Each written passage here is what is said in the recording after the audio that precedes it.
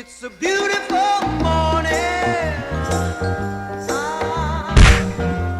I think I'll go outside for a while and just smile.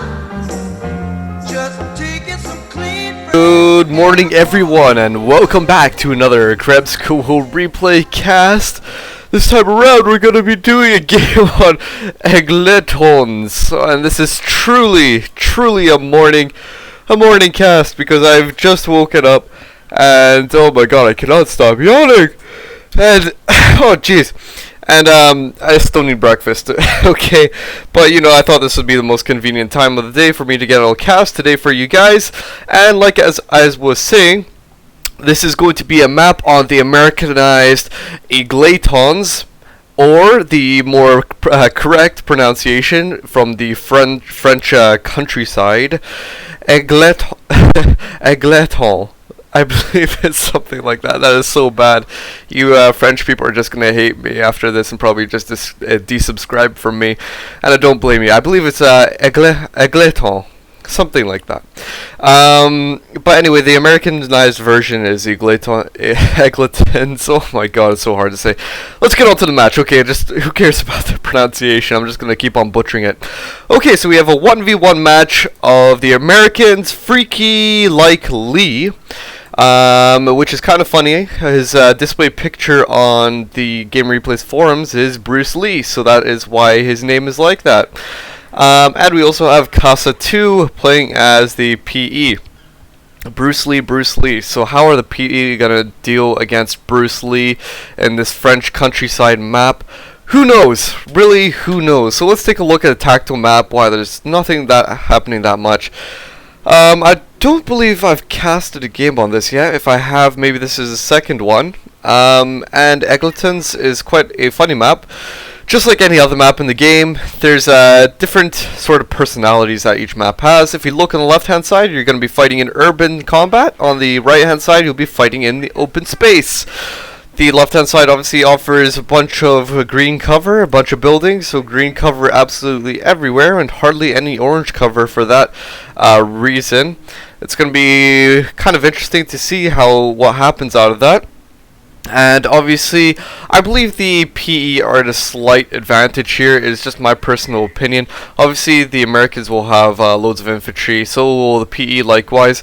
But as soon as the mortar half-tracks come out from the PE, that can be quite an issue if you're fighting on sort of a covered-based system over here. And sorry, I really got a need to yawn right now. God, I need to wake up! I'm not one of the kind of people that likes to have coffee in the morning. In fact, I'm not actually a coffee fan. And I think this is another reason why you guys should maybe start desubscribing from me. But I'm not a big coffee fan. Indeed, I'm actually a tea fan. And I enjoy having a cup of green tea in the morning. And, you know, what do you guys like to have in your tea? Maybe a cup of sugar, some milk in there. I'm actually the kind of guy, I just like the bare bones tea. You know, that does me fine, and it gets me through the day, especially on very early mornings. If I ever have an early morning shift or something like that, I find a cup of tea is just the best thing that you can have. Okay guys, so let's take a look at what's happening on the field. As I was saying, a bunch of covery action going on at the moment. The map, not much to say about the map, just both sides capping away at each other with the shim wagon from the PE on the right hand side. So we've got multiple PE squads. In fact, we have three-ish of them, and we have 2 rifleman squads and another rifleman squad. So let's take a look. We have 3 rifleman squads in total with 2 engineers, and the PE do not look like they're in a good position. They're getting flanked from every single direction. I think they should actually probably fall back by now and maybe get back to the lines over here, because the last thing you want to do is have bullet fire coming at you from every single direction. The thing that you want to do is fight on one front. So have your opponent in front of you, not everywhere around you. What you gotta sort of imagine, and this is what I like to sort of imagine it. Say you guys know Braveheart, you've watched Braveheart. You know that scene where the king is in sort of that valley or that area where there's hills all around him, and then all of a sudden there's this big Scottish army, the Tartan army, surrounding him on the hilltops from every single direction. That's how I like to think of it in a way. You don't want to be surrounded from every single direction, not necessarily from kilt-wearing barbarian Scottish people, but not from the Americans or from your opponent, whoever that may be. You don't want to be encircled like that. Okay, so the natural advantage of the PE to have loads and loads of squads out from the beginning. They have managed to push away the riflemen and do a good job at actually holding off. So the Gewehr 43 was definitely paying off there. We did have an engineer squad that was coming in with the riflemen, but it didn't get any upgrades on the flamethrowers. I'm not exactly sure why. Maybe he was trying to intimidate the PE player by just having the presence of the engineer there. Obviously a smart player would expect that an engineer with a flamethrower might come out, but I guess he was thinking, oh no, I'm not going to retreat until I actually see that flamethrower. So fair enough. Looking at this Gewehr 43 squad, he already has 5 kills, which is very, very decent. Going to be getting some decent XP on there. And oh no, the Shimwagon just about to be taken out. Shimwagon Type 128. If it's 128, that must mean that there's plenty of other types. So this is most likely going to be taken out. Indeed, it is just going to be crashing right into there and providing a bright flame to light up this area. And fair enough. So, a bunch of battling happening here. This is just constant action, constant. We don't see a time where the bullets stop firing. There's always a slew of bullets going somewhere. So, quick look at the PE base right now. There's nothing happening. There's only just a camp group of company over there. And a quick look at the Americans base, and there's only a barracks with a grenade being upgraded. So pretty cool. And what I actually should do instead of switching to the players' bases is, for example, this. What you can do in replay still is use the function keys. So if I switch on over to headquarters, nothing being built. Switch on over to the barracks, something being built. And that is the grenades just upgraded. And which is not a bad decision by the Americans either. Now you might be thinking, why haven't they not gone for the bars? Well, they could definitely go for the bars, and that'll provide a lot of better options at doing more damage and providing suppressive volley fire. Indeed. However, one thing you could consider is that since there's going to be PE that are so grouped up together like they usually are, then grenades might be an excellent counter. Get them out of the, smoke them out of the house, smoke them out of cover. It might be a decent option. Likewise, I think bars might be actually okay in a way. Obviously, bars are more expensive than grenades, so maybe that's also another reason why he didn't go for bars. Maybe he also wants to go for tanks a bit quicker. So all these options. One thing you can consider, however, is that if you have bars, you have flamethrower squads to back them up, and so you can still smoke out the guys from cover and from houses. So we have a forward HQ over here by Casa. Should have mentioned that a little bit earlier. And here we go. The engagement's about to begin. So the PE took out the engineer with the flames here. They're not expecting anything else. But oh my god, a grenade is going into the building. And oh no! Oh my gosh. Absolutely devastating entire PE squad, and this other squad just managing to get away with probably, it looks like, just 1 HP on there. So we have the Kampfgruppe company out from the PE, and that obviously means that the mortar half-tracks are out. Likewise with the Panzer IV. So the Panzer IV is obviously out to counter any sort of armor that the PE might be expecting. Maybe they're expecting a Greyhound or T-17 because they have not seen bars. The only things they have seen are the grenades. And also that mortar half-track is out. So as I was saying, obviously the mortar half-track is going to be quite a bit of a hassle if you're going to be fighting exclusively on the left-hand side. Just because of all the cover. If you're going to be stationary, you're just asking to be artillery barraged, or not artillery barraged, more mortar barraged.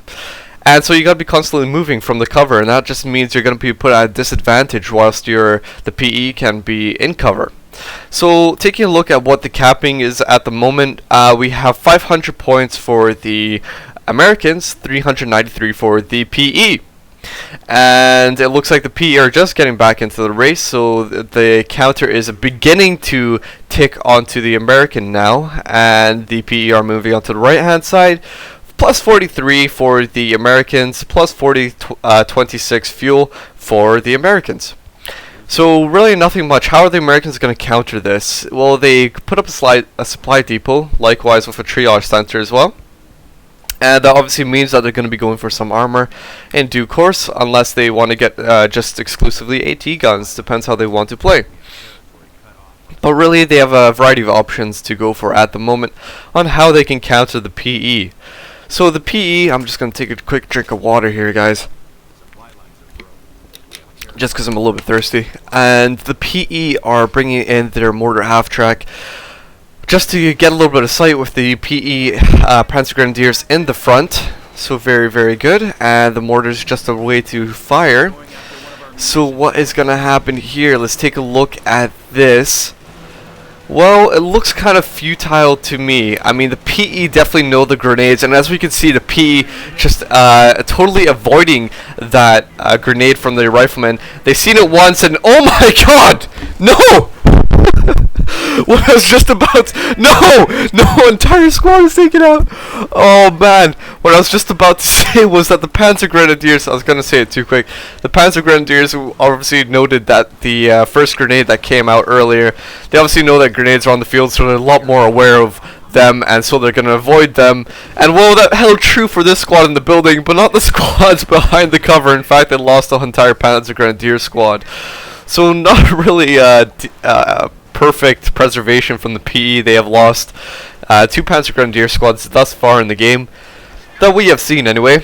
Likewise, the Americans aren't absolutely perfect as well. We've seen an engineer squad go down, but it seems like the Panzer Elite have taken more hefty losses. They've lost that Shimwag and 2 Panzer Grenadier squads, but yet they've managed to hold on to the front on the left-hand side, the western front side of the map. They have cut off the Americans entirely from this cutoff point here, so the Americans really do not have much in terms of their income. Look at that, plus 10 for the munitions, plus 10 for the fuel.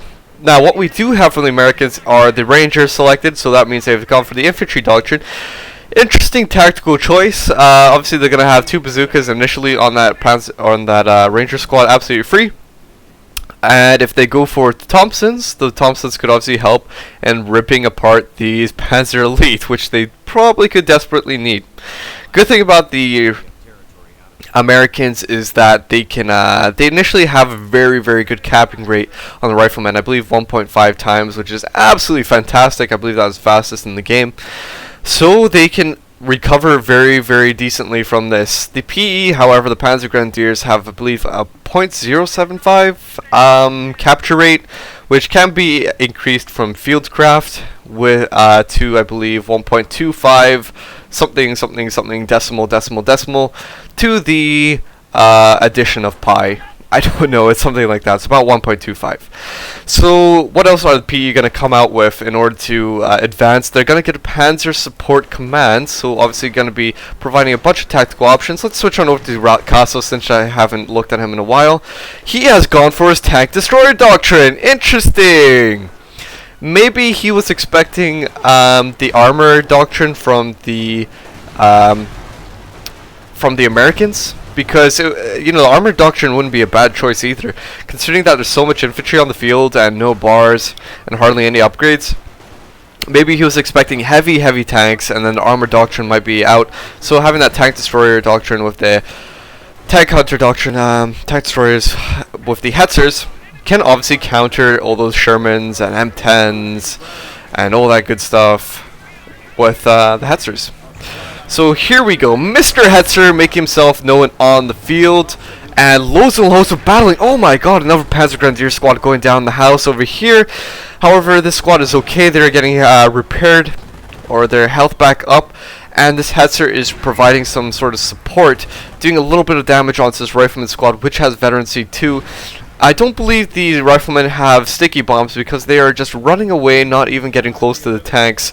So obviously they don't have the sticky bombs, and that means that there's most likely going to be some sort of tank depot or something like that going to be coming out. So sort of heavier tanks. I don't believe a motor pole could come out unless it's going to be an AT gun at this point. So I'm not exactly sure. The Hetzer is going to do a decent amount of damage. However, it still is quite a stalemate. Both opponents have stuff to counter it. The Americans have Rangers to counter the Hetzer.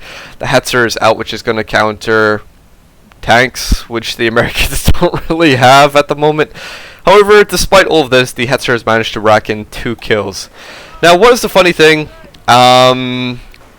about this game, and I'm going to take it to a little bit more personal level. I'm going to get personal with the Hetzer. You guys obviously are very big COH fans, Company of Heroes fans if you're watching this, and what I've gotten recently into is World of Tanks, and in World of Tanks I've played Tank Destroyer, and one of those Tank Destroyers was the Hetzer. And on the Hetzer, you know, obviously the Hetzer is very, very good in this game. It does a decent amount of damage to tanks, does okay against infantry. However, let's talk about the Hetzer in World of Tanks. Very, very good as well. Very, very good. I think both, all in all, they're both very similar tanks. You know, they're very hard to penetrate from the frontal armor. They've got a very powerful gun, and so they're both historically accurate. They even have this sort of turret on the top of it, which pretty much doesn't do anything but shoots automatically on its own. So pretty cool that they have that, and that's all I have to say about World of Tanks. Just that they're very similar, and it's pretty cool that you can drive these Company Heroes tanks and actually use them against other tanks. Very, very cool. Now, what else is going on the left-hand side? I know there's a bit of action over here. Now, there's a Rifleman squad alone on this side. However, is there even a window on the side of the building? Now, that is strange. It doesn't even look like there's a window on this side of the building, so I don't believe they should have been able to shoot through there. But somehow they were managing to do that and take a casualty on the Panzer Grenadier squad. Maybe there's a guy on the side who could see through a window here, but I don't know. I don't believe they actually could have. That was very strange to see that. I didn't believe that riflemen were able to shoot through walls like that. So the PE are maintaining a very decent control of the left-hand side. No problems here. The PE, however, are falling back on the right-hand side, and the Americans are moving in, taking advantage of the moment to take this right-hand side. While all the PE are getting repaired up over here, we have the Panzer Support Command with its first vehicle about to come out. We had the Panzer IV unlocked and is being built. Very, very good choice by Casa. If you're seeing so many engineers, riflemen, and rangers on the field, naturally, what are you going to do? Get anti-tank? No, you're going to get anti-infantry, and the Panzer IV is a dedicated anti-infantry tank. It can do a decent amount of damage against light armor, such as the half-tracks and the Greyhounds, but it's not going to do anything whatsoever against the Sherman, for example. But it's going to do a lot of damage against the riflemen. Now the Americans really have to start thinking. They haven't seen it yet, the Panzer IV, but as soon as they do, they have to start thinking, we gotta get some proper anti-tank counters out here. I mean, we got Rangers, however, this Panzer IV is going to be still quite a decent blow against Rangers. Rangers are going to have a decent amount of a hard time to penetrate this Panzer IV, especially when it's going to get armored skirts like this. And so what they gotta start thinking about is getting some sort of tanks or grouping up Rangers or getting anti-tank gun out. So it's really going to be an iffy thing. This Panzer IV is on hot pursuit, taking out one guy in one shot. Very, very good. As you guys can see, very accurate. Does a good job at taking out infantry. So this Panzer IV hot on the heels, but being met by a Sherman. Not the sort of situation he wants to be in. Lucky, however, that this Sherman... Ooh, is it actually... I don't believe it's upgraded with... or upgunned. I believe you still have to upgrade that in order to get that longer barrel, the more penetrating barrel from that Sherman. So the Panzer IV obviously in a bit of danger, but not in loads of danger at the moment. This Hetzer would be fine to counter that Sherman, and so the Sherman is having to back off because these PE players, Panzer Grenadiers, all the units, are working in unison together to help each other counter what comes out onto the field. The Gewehr 43 providing suppressive volley fire onto the Rangers, whilst the Panzer IV is getting down with the flanking Rifleman squad. So the Riflemen having to retreat because obviously they're not going to do anything anymore. They've done their job of retreating that Panzer Grenadier squad. No point in staying there just to die by the hands of the Panzer IV.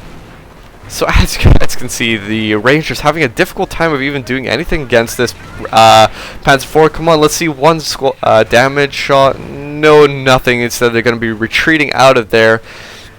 Not good whatsoever. So the left-hand side is completely open for the Americans now. What happened to the Panzer Grenadiers' presence here? FReAkYLiKe have basically relocated their entire force to the right-hand side, and so are going to be fighting on over here. Now it is 255 points for the FReAkYLiKe, 445 for the Americans. And it is about halfway through the game, if something like that. And still it is quite open to what could happen. Now it does not look good for the FReAkYLiKe whatsoever at the moment. I mean, the Sherman, this Panzer IV is just about to be taken out. This Hetzer is about to be chased down. But at least the Panzer IV is sort of staying there to sacrifice himself, whilst the Hetzer can get away and re-rotate itself. Now we have another Panzer IV on the field. However, this is not looking good for the FReAkYLiKe right now. I mean, there's quite decent anti-tanks on the field, which have hardly been damaged as well. So they are in hot pursuit on this poor little Hetzer. Oh no! Poor little Hetzer, just all by himself. What is he gonna do? He needs some sort of backup. He needs the Panzer Grenadiers with the Panzer Shreks. Come on, where are the Panzer Shreks? Get on in there. It's not looking good. He's being flanked from every direction. What he is gonna do is just say, I'm gonna go down fighting, take my last few shots on this Sherman as best as I can. Fair enough. Maybe if he aimed for that the M10, maybe the M10 would have tried to circle him and it'd be pointless. Who knows? Okay, so the Sherman is firing on the Hetzer, I believe, trying to destroy the wreck, just so the wreck cannot be reconfigured or reconstructed by the, okay, I'm gonna say the Bergsteiger, that's how I originally pronounced it, but this is what I've been trying to improve on my last 10 or so casts, my pronunciation of everything. Now, I believe somebody actually corrected me on the pronunciation of the Bergsteiger. It's actually the Tiger, something like that. So basically destroying that wreck from the Hetzer so it cannot be taken back alive, resurrected from the Tiger. So very, very iffy at the moment. Obviously the FReAkYLiKe can get that since they have the Panzer Support Command. They can obviously get that Tiger. But then again, the FReAkYLiKe need to think about, we need a fighting force on the field. There's not that many wrecks, so it's going to be kind of pointless to go for a Tiger at the moment. Other thing to consider is that the Kampfgruppe Company is out from the FReAkYLiKe, so they can obviously get the advanced repair. So the only other function that the Tiger has, apart from resurrecting the tanks, is having a very fast rate of repair. And by having advanced repair out from the Kampfgruppe Company, the Panzer Grenadiers can basically do that job. So there's pretty much no point. And this is what I like to do in games and replays, and just the games that I play as well. It's sort of on the fly, and now analyze these sort of situations and do the pros and cons of why you should do a choice and why you shouldn't. Now, the Panzer Grenadiers have very good position over here, going to be countered by the grenade. However, wow, very surprising. I suppose that retreating squad got retreating just in the nick of time because they took hardly any damage from that grenade. They didn't even lose a single member. So the defensive position pretty much annihilated from the Americans. Americans doing a very good job. Wow, that was kind of surprising considering that there was 4 Panzer Grenadier squads. I was expecting the Americans to take a lot more casualties there. Maybe the Panzer Grenadiers weren't focused firing on a single squad. That's maybe what they should have been doing. Focus firing one at a time on what they believe is the most important squad, and just doing as much damage as possible before getting the heck on out of there. So let's take a look at the field from a panoramic view. Now we have multiple squads out from the Americans. A gigantic hill, we have a Sherman, we have an M10, a few infantry. We've also got a squad of riflemen over here. And what does the PE have? The PE has just a repairing squad around here with a... What is this? A Panzer Jaeger command being built in the distance. Okay, Fair enough. So it looks like we're going to be getting an upgrade from the Panzer IV command.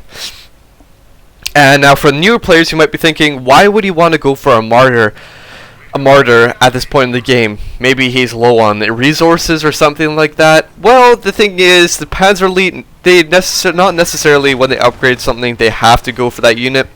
Thing is that in order to get the Panther battle group from the Panzer Elite, what they need to do is upgrade everything in their buildings, such as the unlocks, and then they're able to get that Panther battle group. And so that is why he's upgrading it without actually going to be getting the Mortars, because at this point in the game, maybe the Mortar is not the best decision. I guess it is cheaper than, say, a Hetzer. However, the Hetzers are already out, and maybe it's a bit pointless to actually go for that, since the Mortar 3 is actually the best of tanks. It can be easily circled and does not have the best of armor either. It's quite lightly armored. And big movement of guys on this side into the urban city. So we're going to be seeing some urban city action here. A lone Panzer Shrek squad going to be flinging some of its bazooka shots. Oh my god! No! Wow! Very good job by the Panzer Grenadiers here. They got the double Panzer Shreks obviously from their Tank Destroyer doctrine, and both of those shots very, very nice from, I believe, medium range here, landing on that M10 and destroying it from, I believe, what was over half health down to 0. Now, the reason that would happen was because there's rear armor shots. Rear armor is obviously more penetrative, and as soon as you can penetrate a tank, you obviously do more damage. So bazookas being very heroic, being very Rambo-like. However, here comes the flanks that we need. The Americans moving in from pretty much every direction. However, the Panzer Elite have quite an advantage here. They've got multiple anti-infantry squads. They've also got an forward HQ here, which they can get repaired from, get some health back. So I'm not exactly sure what the Americans are trying to think of at the moment. I mean, there's also Panzer IV coming in behind them. That's the last thing they need. And yes, oh my gosh, look at the amount of micro that was going on the field. I mean, these guys in the house are so careful to avoid those grenades. They luckily got out of there with just one man left from each squad just in the building. And so that's why we saw one man go down from each of those squads. But so good micro, very, very good. I love to see this sort of stuff. And now, to be honest, I've never heard of these players before. Casa and the Bruce Lee player, where's his name? I want to say his name, FReAkYLikeLeE. I've never actually seen a game from them before or heard about him, and so I'm actually very impressed. And this is the thing, obviously there's a lot of very decent matches out from very expert players like Automed and Aimstrong and Seth and all those other great players. However, you know, there's unknown players out there that have never ever made their appearance on game replays, and you know, some that actually do make appearances on game replays but don't get the attention, that are very, very good players as well. And so I love seeing these sort of games from unknown people because it gives them a little bit of spotlight. However, one thing I want to mention is that there's a howitzer barrage coming down over here, and oh god, they do not notice that this is happening. Oh, thank god that this squad managed to get away. That is very, very good. Now they just need to go back and get a few new guys to go fight and die again. Panzer IV making itself known on this side of the map. But the PE are pretty much locked in at the moment. They have the Panther battle group unlocked right now, so they're floating loads and loads of manpower and just about 1,000 to get it. And so it seems like that the Panzer Elite are locked at the moment, but really they're just saving for the Panther battle group. So what does the Americans have? The Americans have that howitzer shoot, and they also have riflemen with veterancy. They also have many, many squads. If you look over here, many. 4 riflemen, Thompson Rangers. They've also got 2 engineers. They've got a Sherman, so double Shermans. And so they've got quite a hefty force. This is obviously going to be too empowering for the PE at the moment. I mean, the PE really cannot handle this. They're quite low in squads, and the only reason they are is because they have been saving up manpower in order to get the Panther battle group. So hopefully that Panther battle group can change the tides of war, because if you switch on over to the tactical map, look at it. It is just blue galore. It's just blue everywhere. the Panzer Elite are just holding on to this fuel point by this cutoff point here, and same with this munitions over here. And so the Panzer Elite are really desperate for points at the moment. I'm not exactly sure if they have Fieldcraft activated, because they have, in a sort of act of desperation, they are using tank buster squads to cap away at the points over here. However, I think they might have Fieldcraft, because the flag is going up at a decent pace. So maybe they do have that 1.25 times capping rate. And so where's that Panther group we were hoping for? Let's switch on over to Casa, because I really want to see it. And there we go. Just about to be coming onto the field. 2 Panthers. Very, very good. This is exactly what they needed. The Panzer IV and the Panzer Grenadiers falling back because they know they have no chance at the moment. The Sherman's moving in. But here we go. This is what the Panzer Elite needed. Two Panthers. Instantly from 2 shots from each of these, taking this Sherman out down to half health. And now the Sherman very desperate and being taken out. Yes, that is what we like to see from the Panzer Elite, making a comeback from a very bad situation. Very, very good to see the Panzer Elite in more of a comeback, in a comeback sort of situation now. Love to see that sort of stuff. 2 Panthers on the field, only 1 Sherman left. We've got a Ranger squad out, but now this is looking bleak. Absolutely bleak for the Americans now, because they have to put down mines. They have to do desperate stuff. They have to put down mines. They have to get more Shermans. They have to get some more anti-tank. And right now, at the moment, they don't really have that. Two Panthers could easily counter the Shermans, and now the Americans are getting desperate. They're putting mines down absolutely everywhere, trying to predict possibly where the Panthers could come. Not a bad decision by them either. Obviously, they need to counter these Panthers as best as possible, because they don't have the fighting force at the moment. They need to put down some sort of mines to delay them, possibly destroy their engines so the Rangers can close on in, sort of stuff like that. The suppressive volley fire slowing down the riflemen, however, kind of futile, because they are okay. They are retreating, but kind of caught in the treads at the moment. There we go. They have managed to run around those treads, and realizing that home is on the other side of the tank, not in the tank. Okay, fair enough. So, loads of mines across the field. We have some over here. Where are other mines? No idea. Now, this is kind of interesting. A sniper, so that obviously means that there's a WSA built and a sniper out. That's kind of an interesting choice. Why does he have a sniper out? Maybe he's trying to pick off Panzer Grenadier squads. Maybe he's trying to scout. Possibly stuff like that, but kind of an interesting choice for the Americans at the moment. Maybe they could have thought more about getting anti-tank guns than anything else. I'm not exactly sure if the sniper was the best of choices. But then again, information is a vital part of the battle, just as anything else is, such as your men. And there we go. The sniper just picking these squads off one at a time. Very, very good. Also, a bunch of battling going on over here. Okay, so the PE have managed to recover pretty much half of the map now, and they're in quite a solid position. 91 points for the PE, 437 for the Americans.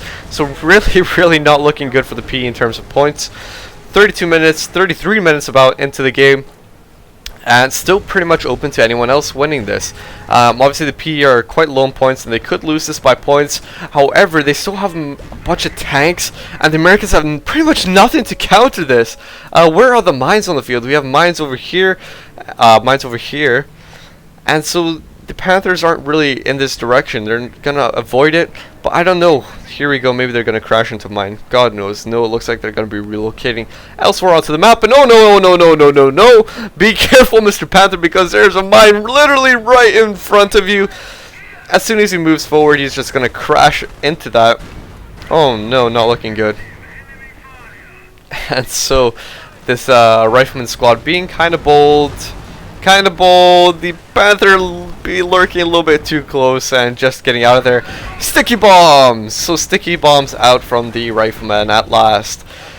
And so this Panzer IV damaged engine being closed in on by an M4 Sherman, likewise with a M10 going to be closing in, and the Panther's going to get back on in there because they need to support this Panzer IV as soon as possible. Oh no, a mine damaging the Panther. Gotta be slowing it down, not looking good for them. However, the Panthers are here and doing shots onto the Sherman, and oh no, into a flame of glory. The Olympic high polling, high jumping Panzer Grenadier jumping right up into the air, enjoying his flight before his death. Okay, fair enough. The M4 just taken out there, whilst the M10 is trying to avoid the Panthers as best as possible by going elsewhere onto the map, taking out that Shimwagon, I believe. However, one more shot from Panther could easily take out this M10, but the Panthers being so clumsy and slow, it looks like this M10 is going to manage to get out of there. Oh man, if they had this Panther, this one without the damaged engine, if it moved forward and one shot into that M10, that would have been a perfect moment to move in on the Americans. All they had left was pretty much an AT gun. And no mines, it looks like. No mines anywhere else on the field. Just over here. So fair enough. The anti-tank already shooting from a very long range. Doing very good damage. And oh my god, this Panther really needs to get out of there. He's not in a good place whatsoever. And instead of focusing on this Panther, the anti-tank gun is focusing on this one. So interesting choice, and that M10 is finally taken out, and oh no, a stray long range shot taking out the last health of this tank. But what was sighting it? Who knows? I mean, didn't look like anything was close by to actually sight it. Maybe it was the mortar. Maybe the mortar could see it, but who knows? This Panther is just managing to get away from the AT gun. 27 points left for the PE. They really should start considering on keeping these points in their hands. What they should have been doing was doing that a little bit earlier, possibly at the 250 mark or so. But this the sniper is just trying to protect the VPs, preventing any Panzer Grenadier squads from capping away. But oh no, this is not looking good for the PE. They need to maintain these points. They need to be playing on two sides of the maps at literally all times. Really not looking good for them. They need more men on the field, but it doesn't really look like they have that. They have 3 Panzer Grenadier squads and a Panther, but nothing much, so they're severely hampered. The Americans have so much more of an army. Look at that. In comparison to what we just saw from the PE, it's really not looking good. Now, another thing we also have is the off-map combat group from the Americans. Obviously going to help a lot, and they also can get a bunch of tactical options from that. Can get some free tanks, can get some free men. Pretty cool, obviously, if they save up for that 800 manpower, however. Now, the riflemen going into the church, just trying to maintain some sort of control. 24 points left for the Panzer Elite, and very, very bleak indeed. Now, they really do not have much, not much at all. What else do they have? Oh man, it's not looking good for the Panzer Elite, and I'm pretty sure we can start predicting a loss for them, and I'm pretty sure, I've not seen the end of this game, but I'm pretty sure that we're going to be seeing kind of a predictable loss here. But, however, the Panzer Elite are trying to hang in as best as they can. Every side they will stay at. And so 2 squads on this side being closed in by Thompson's, not looking good. Throwing some incendiary grenades which are missing. And oh no. Their last fighting force on this side of the map being taken out, having forced to retreat. And 10 points left for the PE. This VP being captured. And so a very quick demise is in order. 6 points left, 3 points left, and the playback is over. Okay, so first off, I want to say a very good game for the Bruce Lee player, the American player, and very good game by the Panzer Elite player. Congratulations to the American for winning that. Now, only thing I can really comment is on both players were doing very good counters for each other. As soon as the next unit out in the teching order came out, then they had counters for that. So very good. I like how both players just had everything that they needed ready in time. The only thing I can really comment for the Panzer Elite is the unit preservation. What they really could have used was, and what's really difficult, I can easily say this, but then again, you need to be in the Panzer Elite's position.